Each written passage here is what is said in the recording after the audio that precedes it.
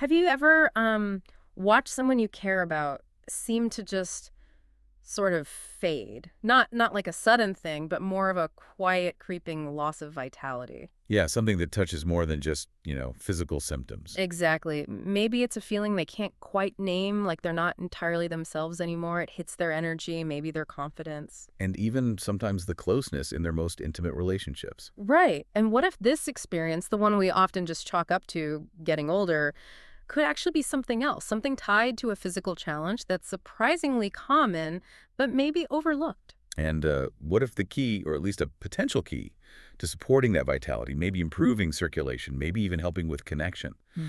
What if it's not some high-tech treatment, but something incredibly simple, something you probably have in your kitchen right now? Okay, intriguing. Yeah, so stay with us, because we're going to dive into what this source material claims, how it suggests this might work, and this is really crucial.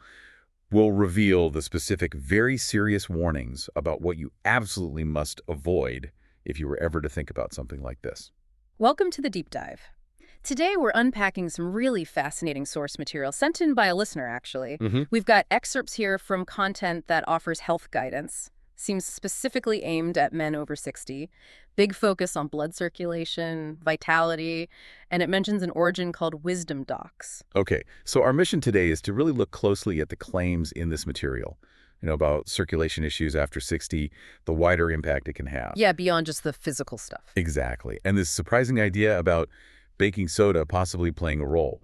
We want to highlight the potential benefits the source mentions, but also give really serious attention to the warnings and the very precise instructions it gives for safe use. That's key. Okay, let's start with the core idea from this source. It argues that poor blood circulation isn't just some minor inevitable part of aging for men over 60. Right. It frames it as a really widespread, significant challenge, Yeah. something often dismissed, maybe even by doctors, as just getting older, when it might be something distinct, more impactful. And what stood out to me is how the source stresses this isn't just about, having cold hands or getting out of breath easily. No, it goes much deeper. It talks Mhm. about how it can sap energy levels, reduce strength, affect your mood, your confidence. Even sense of identity, it mentions, the connection in relationships. Yeah, exactly. Connects those dots. The source uses some anecdotes, little stories to make this feel more real. There's one about a man whose doctor kind of brushed off his symptom, just passage of time, only for him to end up in the ER later with symptoms that look like a heart issue. But the source says it turned out to be severely compromised circulation, blocked pathways, essentially. Wow. And then there's Walter, 68. He apparently said he felt like he no longer felt like myself. Yeah, and while he had the physical things like cold hands, fatigue, the source ties his deeper sense of loss to, well, how intimacy had become infrequent or uncomfortable, linking it back to circulation. Interesting connection. And Charles, 72. Right, Charles. He felt diminished, apparently told his doctor, I no longer feel like a man, even though his lab tests were normal. So the source is suggesting that poor circulation was like quietly dismantling his identity. That's a strong phrase. It is. It really highlights the potential psychological side of this physical issue, at least according to this material. So the big question then is why?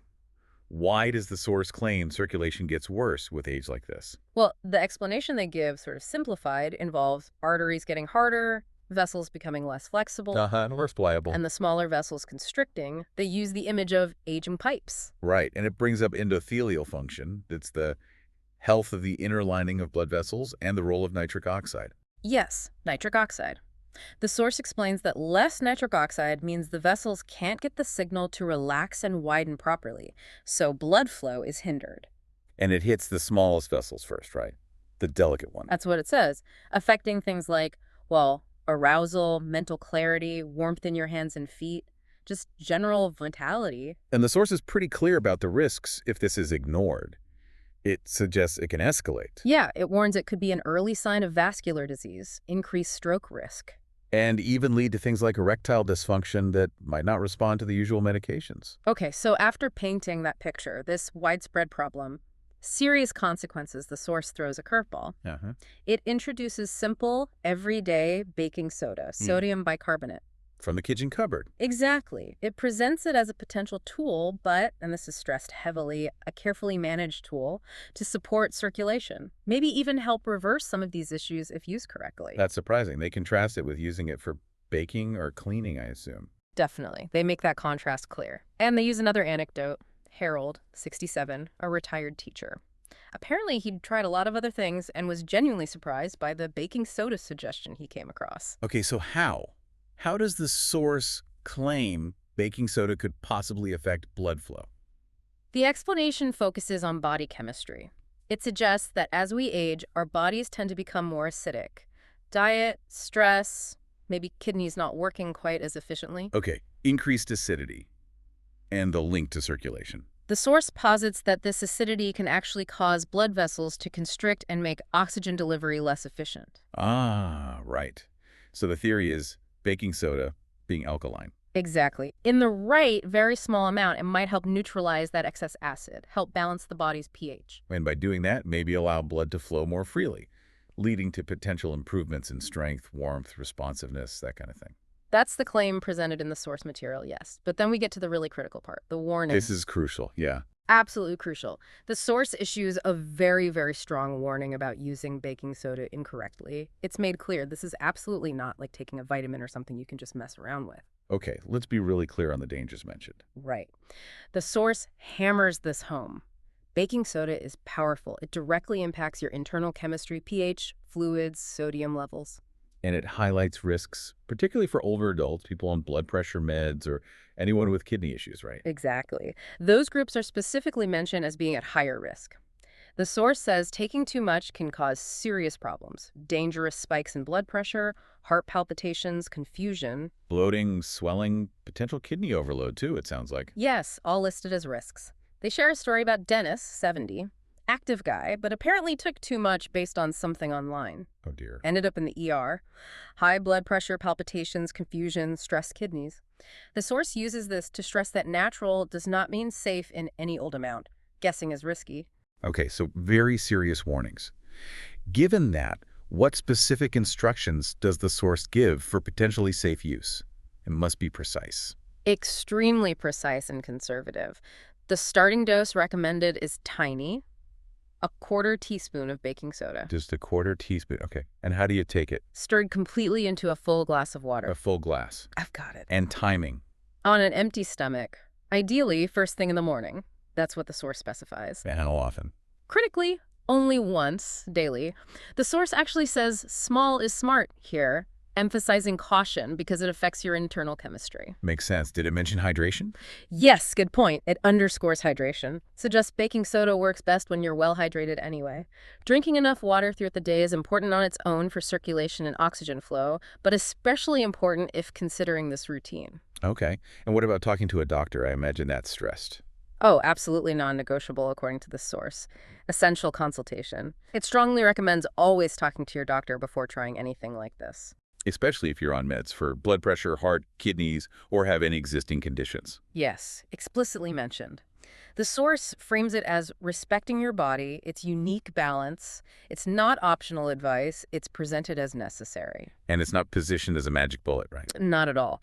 The source seems to frame it more as a potential starting point, maybe part of a bigger picture of self-care. But it requires care, patience, respect for your body, and consistency. It's not a quick fix. Does it mention any positive outcomes from people following these strict rules? It does share a couple more anecdotes. Ray, 74, reportedly started the quarter teaspoon routine. After about 3 weeks, he mentioned clearer thinking, feeling steadier on his feet, and his hands, which used to be cold, were warmer. Okay. Small but noticeable changes. And Harold, the teacher mentioned earlier, similar thing, small but meaningful improvements, like a bit more energy, maybe renewed interest in things, attributed to consistency. Consistency seems Yeah, key. very much so. They really highlight that with the final story about Frank, 76, a widower. He used the routine, but the source emphasizes his consistency. Over time, steady, gradual changes, eventually feeling, as he put it, this kind of closeness again. Consistency was framed as the key difference maker for him. Okay, so let's recap this deep dive. The source presents overlooked poor circulation as a major issue for men over 60, affecting way more than just physical health, vitality, identity, relationships. Then it introduces baking soda as the surprising potential tool, explains the proposed mechanism, neutralizing acidity, improving flow. But, and this is the big but, it comes with incredibly serious warnings about the dangers of misuse. Very specific, conservative instructions for safe use. Quarter teaspoon, full glass of water, empty stomach, once daily. And above all, the absolute necessity of consistency if you try it, and critically talking to your doctor first, especially if you have underlying health conditions or are on medication. Right, so the takeaway isn't go try baking soda. It's more complex. Exactly. It's more about acknowledging the potential problem the source highlights, understanding the proposed mechanism and the risks, and recognizing the strict safety protocols it insists on. And the source ends on a note of hope, doesn't it? It does. It suggests that if you or someone you know feels that vitality slipping, that tiredness or disconnect, maybe it's not just an inevitable part of aging. The capacity for healing, for reclaiming energy might still be there. Like your body isn't giving up, maybe it's just waiting for you to listen differently. Respond with careful, informed action. That seems to be the underlying message. Perhaps these simple, consistent acts of self-care, if appropriate, if done safely under guidance, aren't just about fighting decline. Maybe they're a quiet way of saying vitality doesn't have an expiration date. A reminder to listen to your body, embrace the life still there to be felt. It's quite a provocative thought, isn't it? What do you think stands out most from all this?